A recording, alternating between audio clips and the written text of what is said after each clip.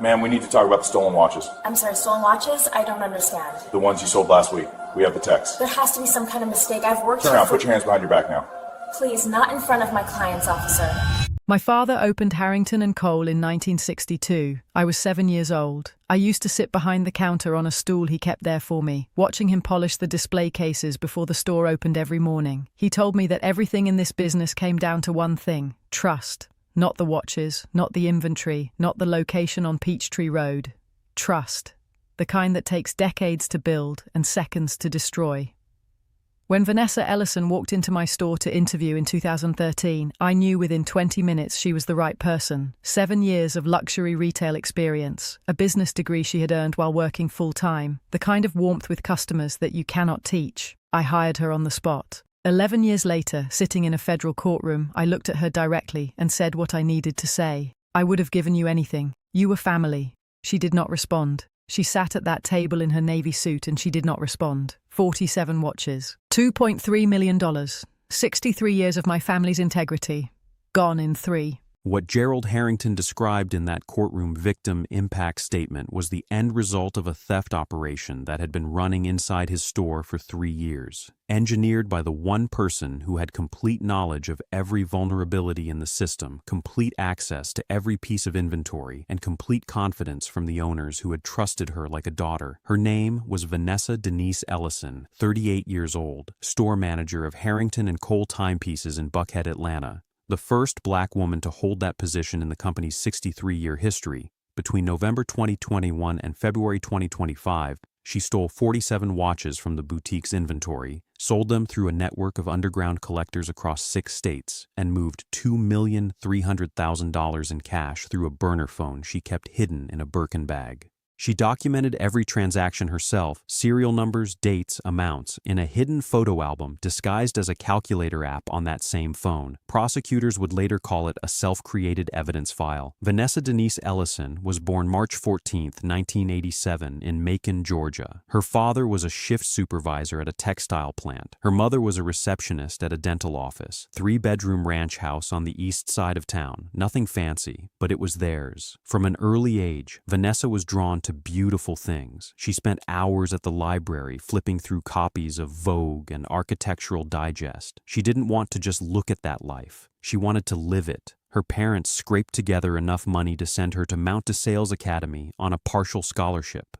She was one of a handful of black students in her graduating class. She learned early how to navigate spaces where she didn't quite belong, a skill that would serve her well and ultimately destroy her. She graduated in May 2005, voted most likely to succeed. She wanted to go to Spelman. The scholarships didn't come through, so she adapted. She moved to Atlanta, got a job at the Macy's jewelry counter. Within 6 months, she was the top performer. Her manager called it the touch, the ability to read a customer the moment they walked up and know exactly what they needed to hear. In 2007, she was recruited to Tourneau at Phipps Plaza, her first real exposure to high horology. She enrolled in night classes at Georgia State and took 5 years to finish her business degree while working full-time. She graduated in December 2012 with a 3.4 GPA. In January 2013, she got the call. Harrington and Cole Timepieces was one of the oldest authorized Rolex dealers in Georgia, founded in 1962, a Buckhead fixture for over half a century. When Vanessa interviewed, she was 25 years old with 7 years of luxury retail experience and a freshly minted business degree. Gerald Harrington Jr. hired her on the spot,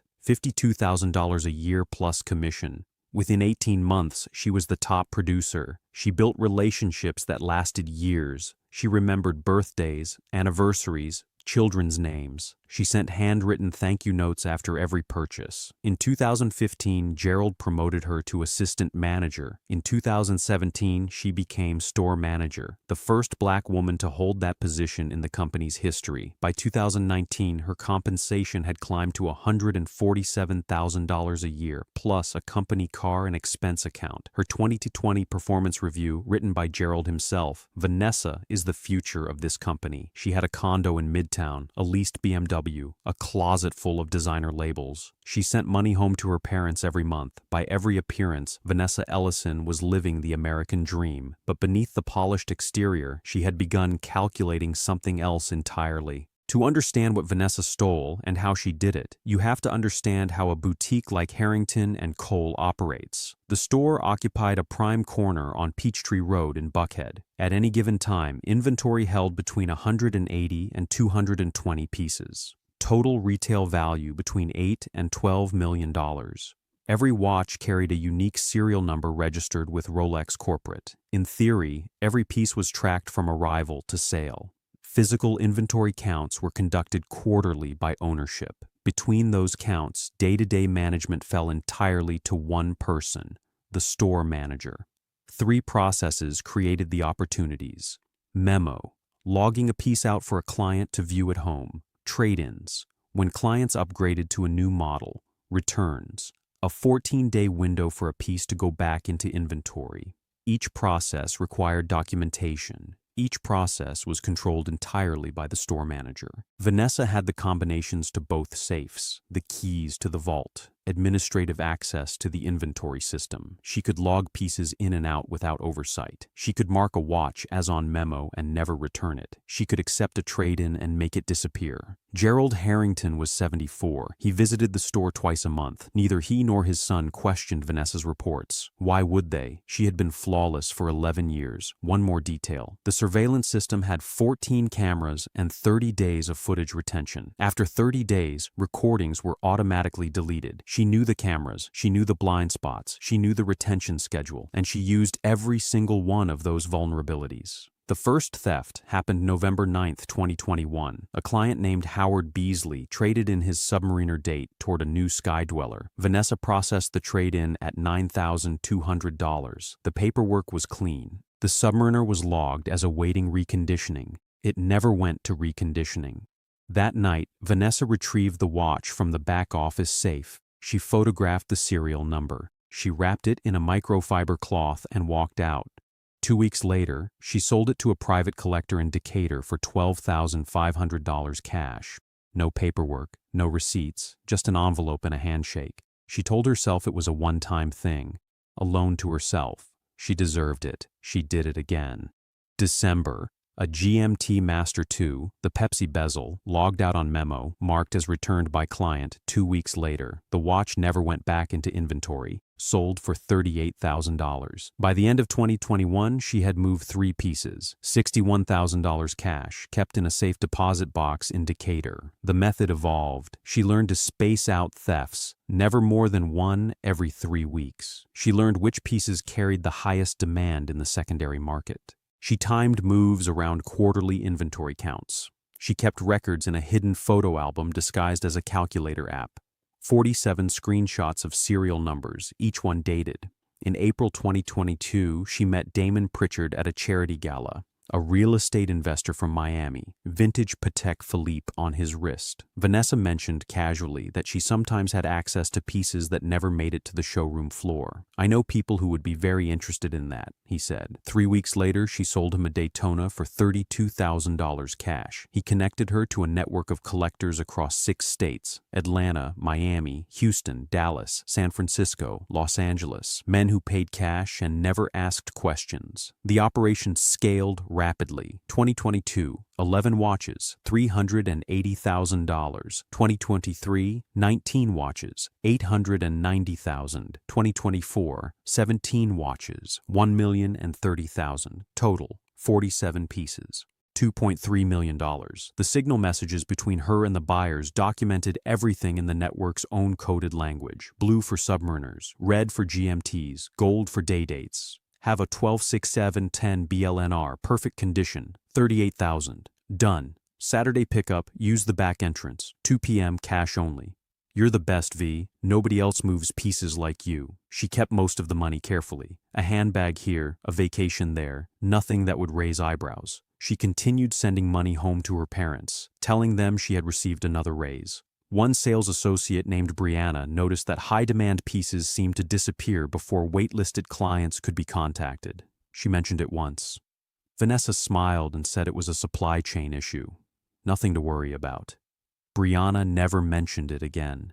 Damon Pritchard's arrest happened January 11, 2025. It had nothing to do with watches. The DEA had been investigating a cannabis distribution network in Miami Beach. When agents searched his Brickell Avenue condo, they found $370,000 in cash and detailed financial records. He was charged with money laundering and conspiracy to distribute. Exposure of 15 to 20 years. His attorney reached out to the U.S. Attorney's Office within 72 hours. My client has information about a theft ring in Atlanta. High-value luxury goods. Millions of dollars.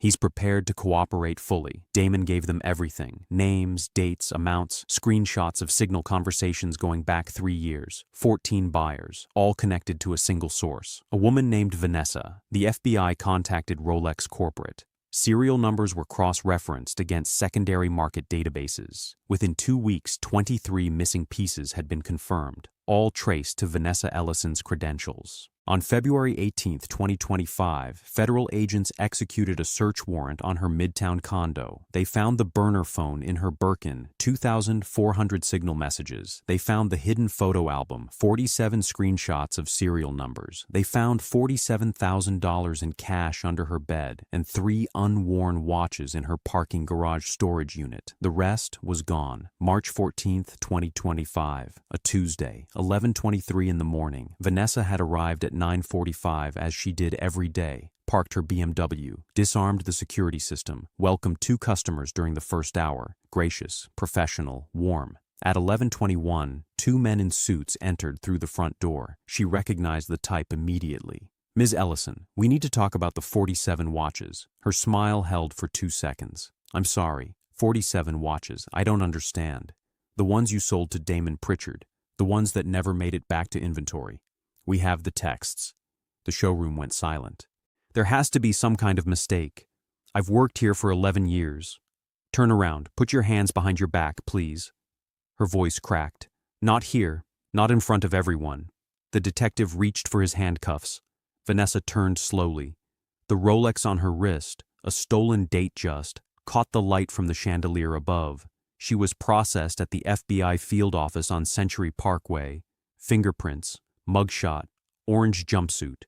When asked if she wanted to make a statement, she asked for a lawyer. Federal indictment, April 22, 2025. 28 counts. Wire fraud, interstate transportation of stolen property, money laundering, maximum exposure over 400 years, held without bail as a flight risk. The trial began September 8, 2025, and lasted 11 days. Damon Pritchard testified for 2 full days, walking the jury through every transaction. Marcus Holliday, a developer from Marietta who had paid $14,000 for a stolen submariner in June 2023, testified about the morning federal agents appeared at his door, seized the watch on the spot, and left him with nothing. The watch he had worn to his daughter's wedding, gone. Gerald Harrington's voice broke twice on the stand. At one point he looked directly at Vanessa. I would have given you anything. You were family. Vanessa did not take the stand. The jury deliberated 4 hours. Guilty on all 28 counts. Her mother collapsed in the gallery. At sentencing, Judge Patricia Okonkwo addressed Vanessa directly. You were given extraordinary trust.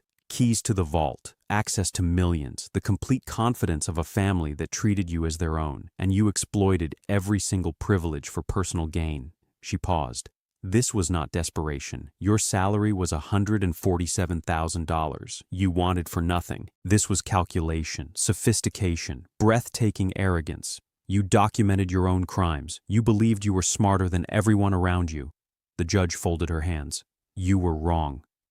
108 months in federal prison, 9 years, 3 years supervised release, $1,870,000 in restitution. She was transferred to FCI Tallahassee 3 weeks later, inmate number 47291-019. Her parents visited once. Her mother cried the entire time. Her father could not look at her. Her condo was seized. Her BMW repossessed. Her sorority sisters stopped returning calls. Gerald Harrington retired 6 months after the verdict. He could not walk into his own store. His son sold the business in early 2026. 63 years of family ownership ended. Rolex Corporate issued new guidelines: dual verification, biometric vault access, weekly audits. No single employee would ever again have unilateral control over inventory. Vanessa Ellison will be eligible for release in 2032. She will be 45 years old. She will owe $1,870,000 she cannot pay. and she will carry the knowledge that she had everything, a salary most people never see, a career she had built over 2 decades, the trust of a family that genuinely loved her, and she traded it all for 47 watches and a calculator app full of serial numbers.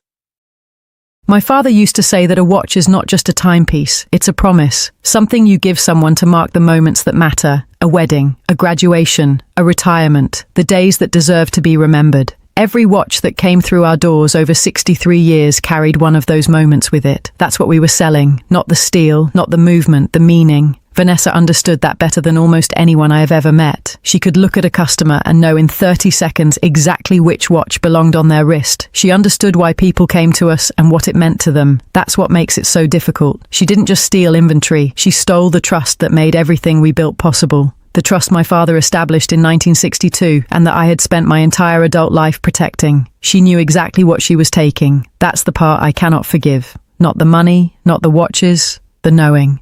She knew what this company meant. She knew what that trust was worth, and she decided that 47 watches and a burner phone in a handbag were worth more. I built her into the future of a company my father started when I was 7 years old, and she took 63 years of it with her when she walked out that door.